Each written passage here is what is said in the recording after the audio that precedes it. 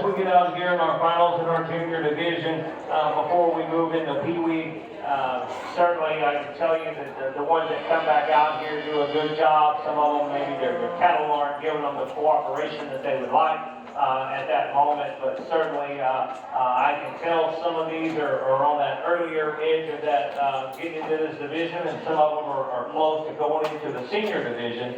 I can tell some of them older ones, you better be glad you're about to go in the senior division, because there's a couple of these young ones that's hot on your tail today. And so I think that, there's some that are not going to get picked out here in the top two, but I can tell you that if you keep working the way you are, we've got some, well, I can tell you, we've got an 8-year-old up here and a 9-year-old back there. And I'm assuming that the ones in the middle are a little bit older, but those two young ladies on each end do a really good job to be out here, and who have not been out here very long. And so I think in terms of understanding the show ring when they come in all the way through, I think we do a good job of that. I can tell you that I went out and asked them the question, and a lot of times as parents and as ag teachers and county agents, we try to prepare them on what that question is going to be. I like to give a thought question at some point, and so I asked them, what's your favorite memory or your best memory since you started showing?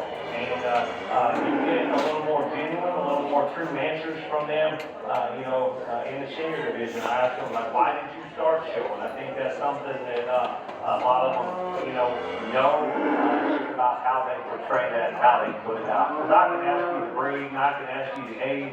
I don't know whether you're telling me the truth, but I can tell when you're sincere about what you say and how you answer those questions in terms of, why did you get into showing and what's your favorite memory. And so a lot of it is winning, and sometimes you get those answers that their favorite memory is spending time with family. And, I think it depends on how you prioritize those things, but I think both of them are important, and when you can do both, I think it's even better. So I think it's pretty close out here, especially on that top end. Like I said, there's some that aren't going to get cash or buckle today, but at the end of the day, don't give up, because you're back in the finals for a reason, so keep pushing through, and your day will certainly come. So let's give them all a round of applause. I'll send you through the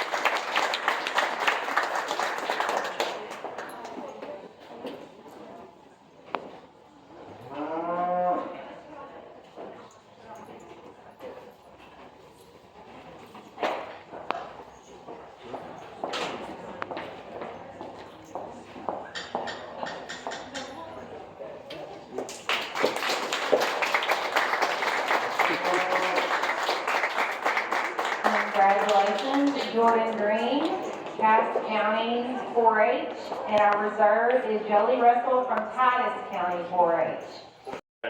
In terms of what I'm looking for. So for me, your champion is going to be the young lady there out in the middle. I think that heifer is one that balances up really, really good. So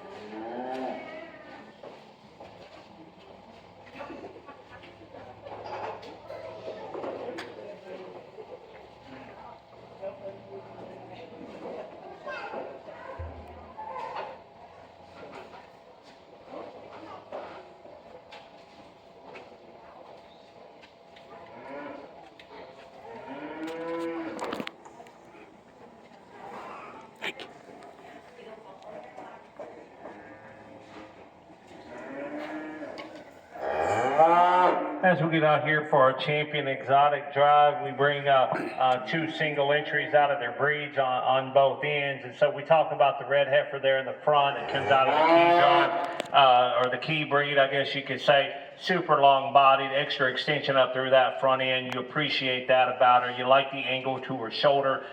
She's one that's super level down her top and gives you a really good look from the side. But it's when you read her at the ground, for me, especially off those front feet, she wants to get a little out on those toes, maybe a little tighter in that foregrip, but certainly one that's got some style and some eye appeal to her. I think we just need to internally kind of pull her apart, and that's something that, you know, we'd have to utilize certain feeds for to make that happen. But I think she's one that's adequate in terms of her natural thickness and muscularity, but still does so very feminine. She's another one, I think, when we get a little more udder development on there, we're certainly going to like her even more. The ball face heifer there in the middle is one that's certainly balanced up in that breed.